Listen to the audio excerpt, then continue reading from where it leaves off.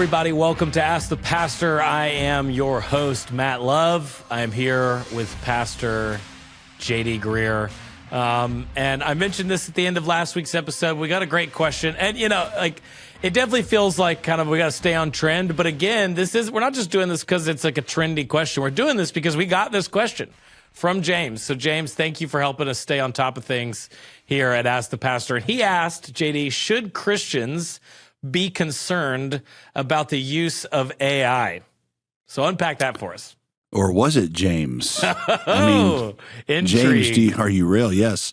Now, and I think you and I talked about this offline, Matt. We're going to make sure we stay on the positive affirmation of AI so that when AI takes over the world, they don't target you and me for destruction. Is that JD, unfortunately, right? Yeah, we are contributing, you more than me, but we are contributing a good deal of words to the internet, which right. is not smart if we, in fact, are concerned about AI. So this is a consequential question, JD. All right. Okay. Should Christians be concerned about the use of AI? Well, Christians, like anybody else engaging with AI, there are several ethical dimensions we got to think about. Human dignity. Christianity emphasizes the inherent dignity of every person. And so, what does this mean about human dignity when we can replace people with AI? Moral agency and responsibility. AI systems don't possess moral agency, but the humans behind it do. And what's the responsibility? How does that get expressed in these things? Bias and fairness. AI can perpetuate or it can even exacerbate existing biases. Christians might be concerned with how we are going to institutionalize and further entrench some things that are just unfair and unjust in our society. Then, of course, you got questions about privacy and surveillance. The use of AI in how our lives are monitored is going to mean that very few things are actually private anymore because everything that we put out there and say is going to be put into this thing, and even ways that predict kind of what we'll do. That's a very concerning thing. Employment, economic justice. We just know that all this stuff can lead to a lot of these technology things have a way of exacerbating economic disparities, and kind of cuts at the very very issue of a job. The Christian work value of work ethics and providing for the needy. There's existential risks. The potential for AI to cause harm unintentionally. We just don't know what's going to happen. And then there's also just the question of human enhancement. What is this? Is it going to challenge? What's it going to mean for what it means for us to be unique in God's image? It's going to. I don't think any human creation is ever going to be able to rival what God created, but it is going to make people. It's just going to lead us to a lot of meandering confusion. By the way, if that sounded very, robotic, what I just did, that's because basically I just read you an answer that was created by AI when I typed in, should Christians be concerned about the ethical issues related to AI? So that first part was all by ChatGPT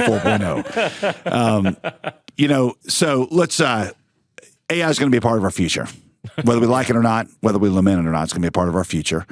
And, I stare with wonder, amazement, and a little trepidation. Yeah. One of our pastors was just in here, Matt, and he played me a few minutes of a podcast of two people talking about a sermon that he had preached. It was very good. It was insightful, what they were saying. He goes, these are two fake people that I typed in and had them create a podcast based on my sermon. And they talked for 25 minutes, these two people. That were just made up, and there's no way I would have ever known. These are not. And they laughed, they paused at the right times, they made jokes, they said insightful things. It's unnerving. Even that list I just kind of read out for you, and there's some really good insights in there. Yeah. When the line between real and fake becomes blurred, how are we going to know the difference? How are we going to grapple with a lot of the jobs that we have are going to be replaced? Who's really in control? So the list could go on. So let me just give a few a few quick handles that rise to the top of at least how I'm learning to process this, and I really am a learner here on this one. First, inherently AI, the tool itself is amoral, like language or computers.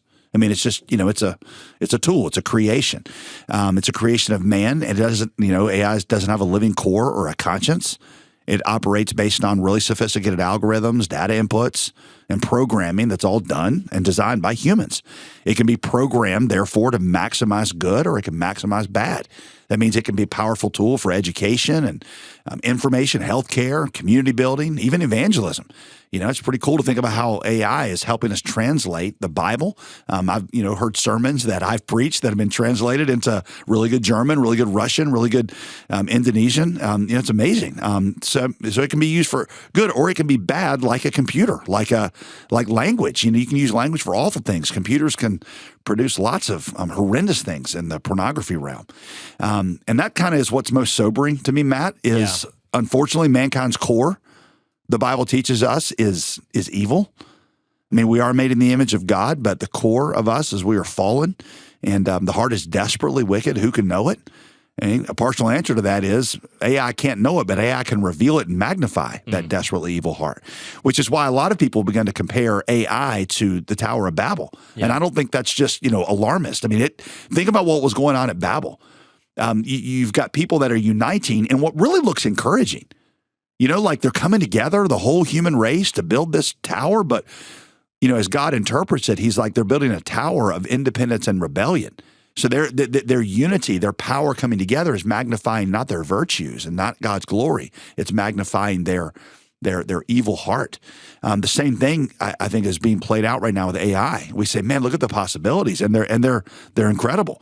But what's going to happen is our wickedness is going to be amplified to epic proportions. If Genesis 11 teaches us anything, it's that. You wonder, how is it going to reinforce and entrench error?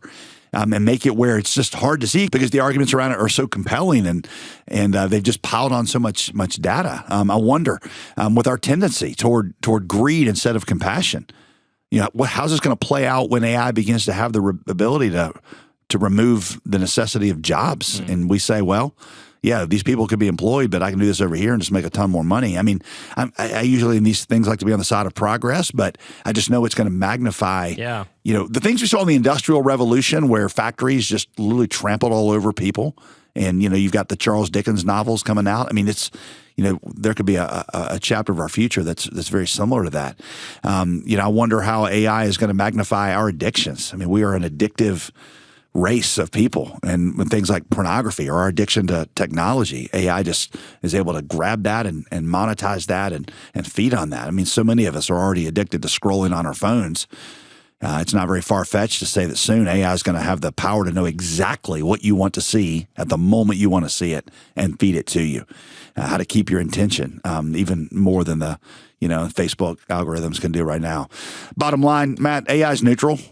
AI is neutral, but behind AI is our evil. And as with Babel, when we have a chance to multiply our power, what ends up being multiplied is our wickedness.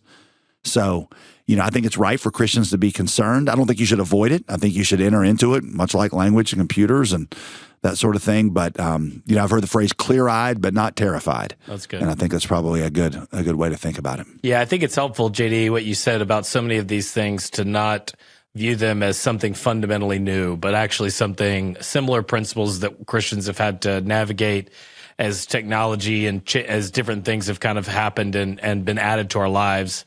There's kind of this consistent sense of, we need to be mindful of our brokenness, the brokenness and sinfulness of others and ourselves, and how we are engaging that in the things that kind of come into the world. So it's a helpful way to think about it. Clear-eyed but not terrified. That's really good. So thank you guys for joining us. As always, subscribe wherever you get your podcasts, so these things just get fired right into your phone, and AI knows which podcast to give you next. And then this podcast is produced by JD Greer Ministries. JD Greer Ministries, you can find a lot of other good resources at jdgreer.com. And then next week, we're going to do a question about whether or not Christians should get plastic surgery. So we'll dive into that next time, and we'll see you next time on Ask the Pastor.